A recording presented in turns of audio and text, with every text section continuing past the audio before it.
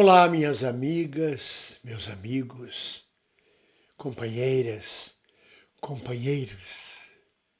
Alegrias! Hoje é 1º de maio, Dia Internacional da Luta dos Trabalhadores. Não exatamente o dia do trabalho. O trabalho escraviza o homem.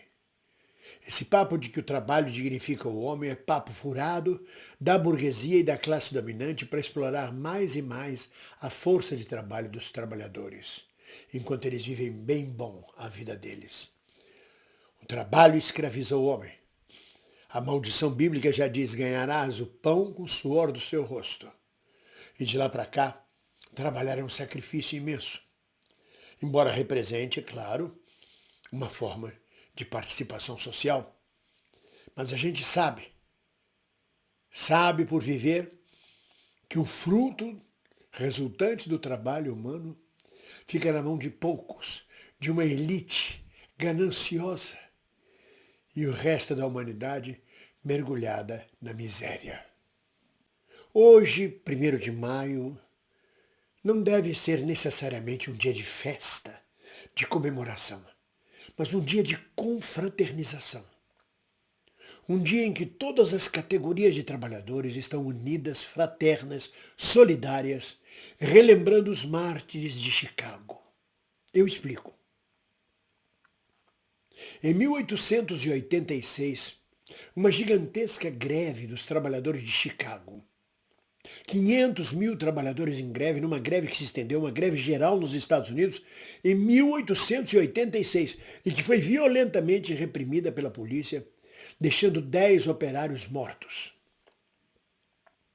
4 anos depois, em 1890, no primeiro Congresso Internacional Operário, estabeleceu-se que esta data, 1º de maio, dia da morte de 10 operários grevistas em Chicago, passaria a ser lembrada como dia de luta dos trabalhadores. Mas o Congresso Operário não aconteceu assim por acaso, vamos fazer um Congresso Operário.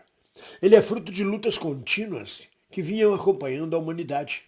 Desde a revolta do escravo Espartacus, lá em Roma Antiga,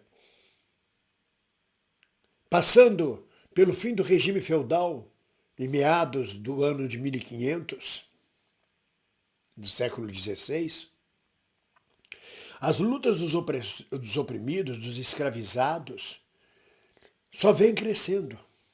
Só vinha crescendo. Com a Revolução Francesa de 1789, com a Revolução Industrial Inglesa, a Revolução Industrial Holandesa, que cria uma classe operária, fruto da industrialização do capital, os movimentos paredistas, ele só passa a se chamar greve a partir da manifestação na Revolução Francesa, na Place de Grève, na praça chamada Place de Grève, vamos à greve. Os trabalhadores se reuniam na greve, que era à beira do cais, à beira do rio Sena, para discutir seus problemas. A partir daí é que o movimento paredista passou a se chamar greve, mas continuou por muitos anos ainda, e até hoje se usa movimento paredista.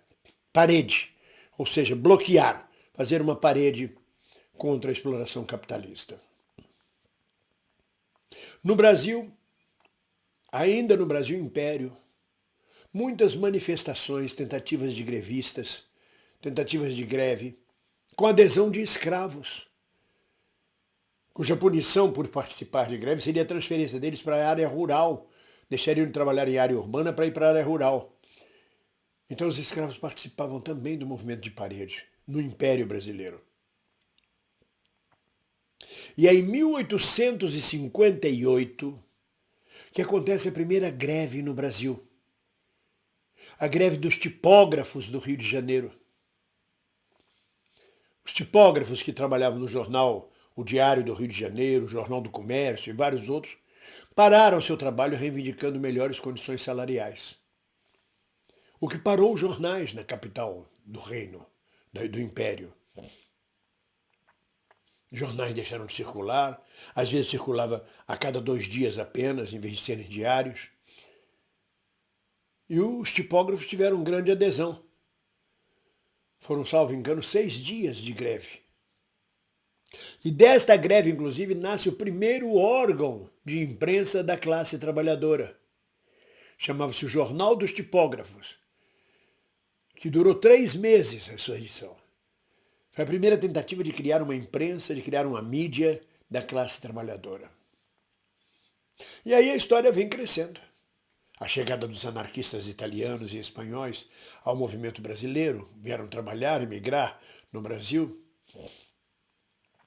Greves em 1890, surgimento de vários movimentos e correntes de greve no Brasil, de movimento de trabalho. Antes de 1858, pouco antes, os acendedores de lampiões a gás do Rio de Janeiro tentaram fazer uma greve. Não conseguiram estabelecer uma extensão de greve. A greve sucedida, a greve com toda a categoria que é marcada, é a greve dos tipógrafos. E aí o ministro da Fazenda da época, salvo engano, Visconde de Barbacena, talvez, era o Visconde do Pará,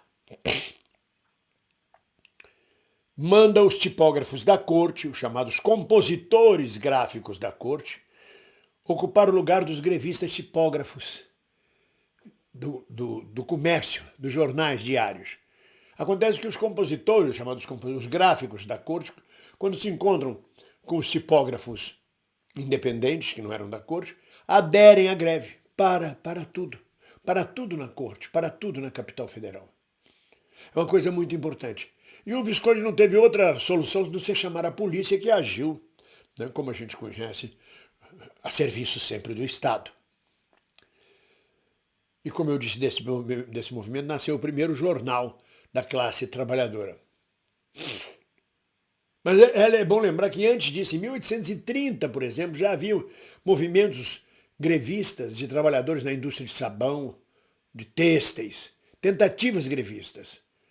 Ou seja, a brasa estava lá, a chama estava lá. Em 1906 ocorre o primeiro Congresso Operário no Brasil. Primeiro Congresso Operário. Imagine o que é. Há 120 anos atrás, você realizar o primeiro Congresso Operário no Brasil. Claro que sob a organização dos anarquistas. Os socialistas ainda não existiam no cenário brasileiro. Depois, entre 1913 e 1920, acontecem mais 2 congressos operários, aí desta vez com a participação de anarquistas e socialistas. E a história do movimento operário no Brasil vai crescendo. Vale ressaltar durante a greve dos tipógrafos que um dos jornais, o Diário do Rio de Janeiro, fez um editorial contra a greve, chamando de anarquistas, ameaçando polícia, repressão. E há uma suspeita, pelo estilo, de que esse editorial tenha sido escrito pelo literato José de Alencar, que não é de se admirar que tenha escrito. José de Alencar nunca foi exatamente progressista. José de Alencar fazia parte da turma de censura do Império. Eram 3 censores nomeados pelo imperador, entre eles José de Alencar. E foi José de Alencar, e isso é história, isso é real, quem perseguiu o ator João Caetano, o grande ator trágico, dramático do Brasil, João Caetano, perseguido por José de Alencar. José de Alencar queria que João Caetano montasse uma peça dele. João Caetano disse que a peça era muito ruim, que não ia montar. João Caetano era diretor do Teatro São Pedro, hoje Teatro João Caetano, no Teatro Imperial São Pedro, no Largo do Rocio, hoje Praça Tiradentes, no Rio de Janeiro. E José de Alencar mexeu os pauzinhos e transferiu João Caetano para o Teatro Municipal de Niterói. Foi o castigo encontrado. Não me admira muito. Mas assim veio a classe operária fazendo seus movimentos. Em 1917, uma greve têxtil, comandada tendo à frente as mulheres trabalhadoras da indústria têxtil, paralisou o estado de São Paulo, com repercussões no Rio de Janeiro, Minas Gerais e até no Rio Grande do Sul. Uma greve geral no Brasil em 1917. A greve geral, segundo o modelo leninista, é a última etapa antes da Revolução Socialista. Era, ou é, não sei. Há muito tempo que não existe uma greve geral no Brasil, o que mostra a desmobilização da classe trabalhadora. Ou a anexação da classe trabalhadora, conciliando com a classe dominante. Quando eu era jovem e militava ainda no movimento operário estudantil, sempre ouvia dizer que um dia de greve dava mais consciência ao trabalhador do que todos os compêndios marxistas-leninistas que ele pudesse vir a ler. Ele ganhava consciência de classe. E nós tivemos a greve geral de 1917, e os anarquistas foram expulsos para o bem do Brasil. E vem crescendo o movimento. 1923, no Teatro Palace, em São Paulo, um comício de 1º de maio dura 24 horas. 24 horas os trabalhadores dentro do teatro, num grande comício, num grande ato de protesto, em 1923, no Teatro Palace, em São Paulo. E propõe a criação de sindicatos, porque até então, muito antes, o que havia eram caixas de assistência, associações mutualistas. Os operários se reuniam para ajudar uns aos outros. Fulano ficou desempregado, vamos mandar um dinheiro para ele comer, para a família dele. O movimento sindical era incipiente, não era exatamente um sindicato. Embora o sindicato já existisse na Inglaterra industrial desde o século XIX. E aí finalmente se criam os sindicatos no Brasil.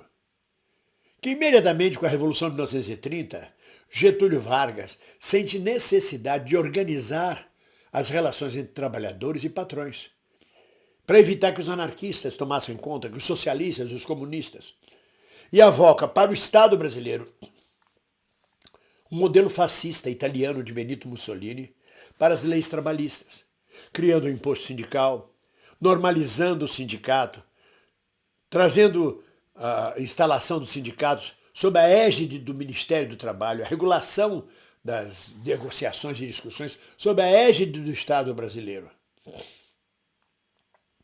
Com um discurso populista. Trabalhadores no Brasil!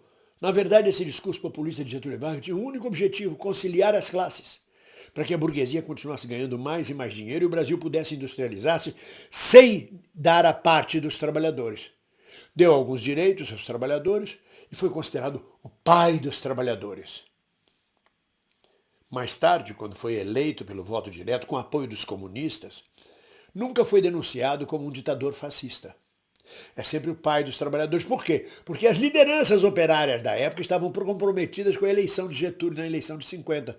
Não podiam acusá-lo de ter sido um ditador sanguinário por 15 anos no Brasil, de 1930 a 1945, com torturas, com prisões, através do chefe de polícia Filinto Miller, com repressão aos sindicatos, aos anarquistas, aos comunistas. Então, bom, depois ficou tudo como dantes no quartel de Abrantes. Getúlio Vargas, o pai dos trabalhadores. Na verdade, um populista fascista com modelo inspirado em Benito Mussolini. Mais tarde, criou-se a CGT, Confederação Geral dos Trabalhadores, e veio a figura também com o imposto sindical, a figura do pelego, daquele oportunista que se torna presidente do sindicato porque ganha uma vida boa. Ganha salário, não pode ser despedido da empresa. E os sindicatos vão se amoldando ao dolce far niente da sociedade burguesa, até que deixam de ser combativos em grande parte. Salve os sindicatos, vivam os sindicatos combativos, aqueles que realmente defendem a classe operária. No dia de hoje, quando eu penso que em 1886, operários norte-americanos deram a vida pela luta da classe trabalhadora.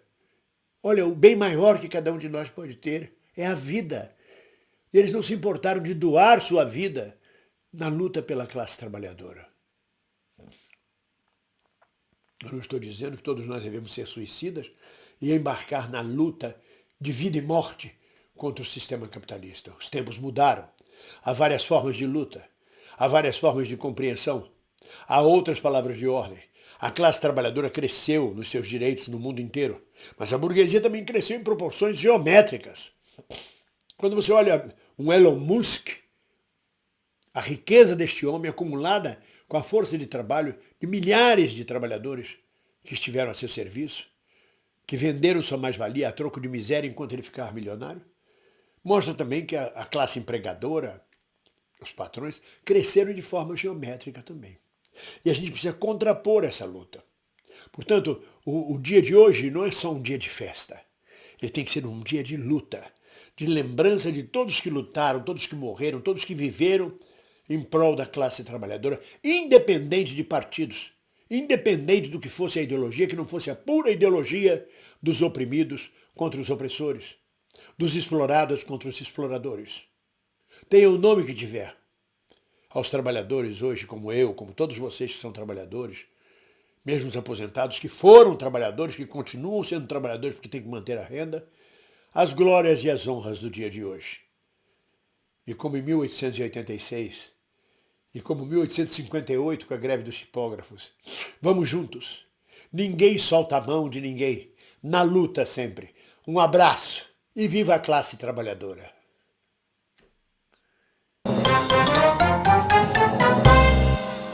Olá, você gostou deste vídeo? Então inscreva-se no nosso canal. E sempre que acabar de assistir um vídeo nosso, toque no sininho. Assim você será notificado sempre que houver um novo vídeo postado.